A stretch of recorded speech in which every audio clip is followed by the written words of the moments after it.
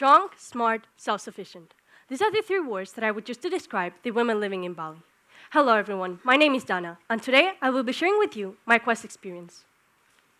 Bali is a beautiful place to go on a vacation, but living in Bali for a long period of time gives you the opportunity to see beyond the surface and to learn about the real life of people living in Bali, especially how hard it can be for Balinese women.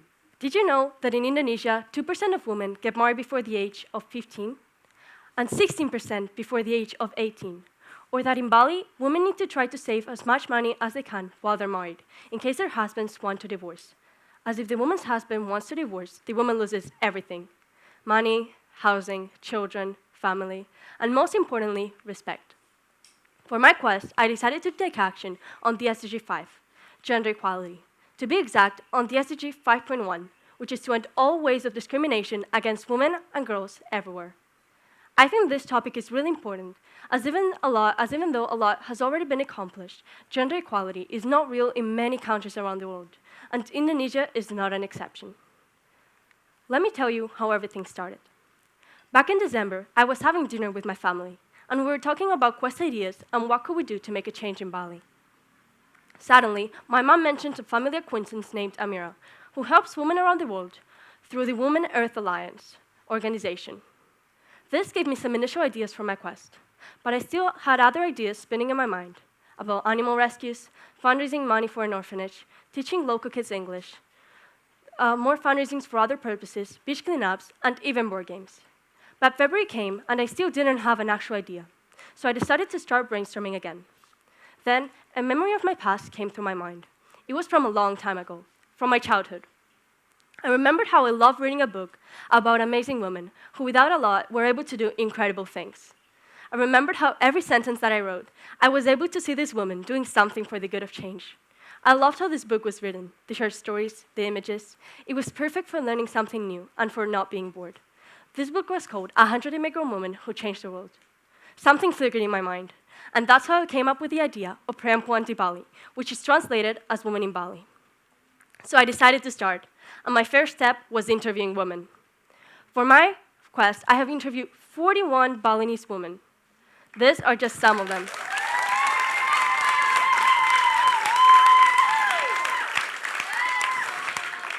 But most importantly, I have written a book. This is my book.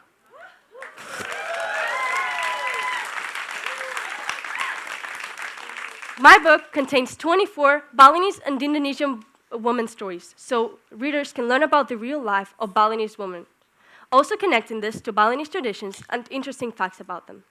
These are some of the women that are part of my book that you may recognize. During my quest journey, I have also learned a lot about designing and the formatting process. As you may have noticed, I have made nearly the double of interviews than the amount of stories written. This was because of the time limitation, to which I had to adapt and shorten my expectations many times, which I didn't really enjoy, as I thought that my quest was becoming smaller and smaller every time, and that my quest would not be good enough. Thankfully, while my journey, I started understanding that what my quest was becoming was just enough.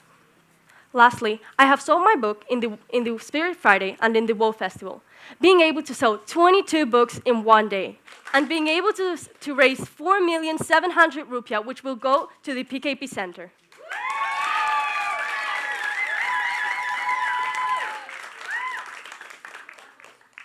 During my journey, I have learned how to conduct an interview, how to start a conversation, how to write information neatly, and of course, how to write and design my book. One challenging part of my quest was finding the woman that I could interview, as I had limits. Saya masih belajar bahasa Indonesia. I'm learning bahasa Indonesia, and I'm not really good at it yet, so I couldn't interview all of the women that I wanted to. But there was a harder challenge in my quest, starting to write. I have never written a book ever before in my life. So at the start of my journey, I was just experimenting and learning what a book should look like.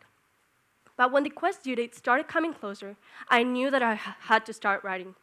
At first, my mom helped me a lot, but after some stories of practicing, I started writing by myself, and I ended up writing some pretty interesting biographies. In the process of interviewing Balinese women, I got to learn many interesting Balinese women lives, but most importantly, I got to learn about the lives of the women that surrounded me since the start of my experience in Bali.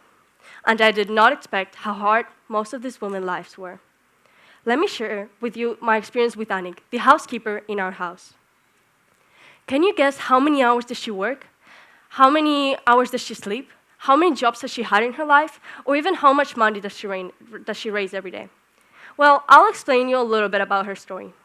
Annick is a 42-year-old woman who has had 6 official jobs in her life, without counting 4 other jobs that she had at her young age of 14 to keep her and her younger brother alive. She has worked from a massage therapist to a farmer. She has worked in a bank counting money, and for John Hardy. She has worked in the Grumarung, and even with iron, making candle holders and bookshelves, which unfortunately left permanent scars in her hands as a painful reminder of her past. Annick sleeps 2 to 3 hours every day to wake up at 2 a.m. in the morning and go to sell flowers to the local market, to raise as much money as she can for her family. But unfortunately, it's still not enough. My family tried to do as much as we can, shortening the hours of working and the days of working. But unfortunately, this is still not enough. Now, let me share another story with you, but this time with another perspective, about a woman named Kadek. Kadek was born in a poor family in the east of Bali, being the 10th child born. When Kadek got older, she got a job in the Grumarung and worked there for 11 years. Not much later, Kadek opened her own warung in the Green Village and even created her own catering.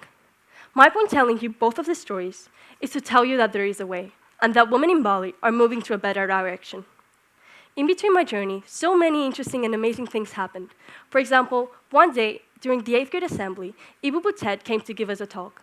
Ibu Butet is an anthropologist who teaches indigenous people how to read, and who has opened many schools around remote islands of Indonesia, and of whom a book and film have been created. Ibu Butet's story was fascinating. When we came back to our classrooms to finalize the day, one of my friends asked me why I didn't interview Ibu Butet for my quest. I didn't answer, as I didn't even know what to answer. I didn't even think about interviewing her. My point is that because of this friend, I stood up and I realized that I had just missed an amazing opportunity. I ran to my teacher and I asked her if she knew if Ibu Butet was still here. She told me that she was not sure. Then I asked her if I could go and check. I ran through the whole school for 20 minutes, but there was no sign of her. I felt dejected and regretful for not thinking about interviewing her earlier, as I already thought that she had left. I sat down from my run, and suddenly a familiar voice was heard coming from upstairs. And guess who it was? Finally, it was Butet. I found her, and I was able to interview her.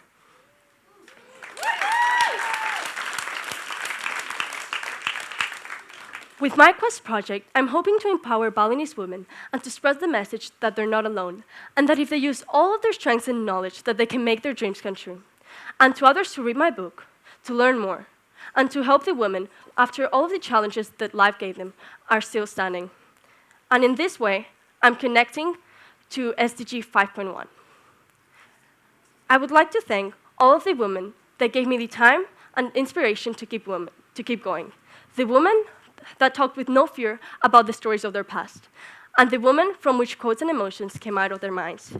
I would like to thank Ibu Penny for all of the time and help that she gave me by checking my stories and giving me feedback. I would also like to thank Ibu Anji for proofreading my slides and checking that the book designs are ready to print. I would like to thank all of my friends for giving me all of the support and help that I needed during my journey. And last but not least, I would like to thank my mom for all of the help that she gave me during my journey, who even in the worst days told me to stand up, to get my papers, and to keep working, and to never stop working until I feel proud of myself for what I have done. Thank you.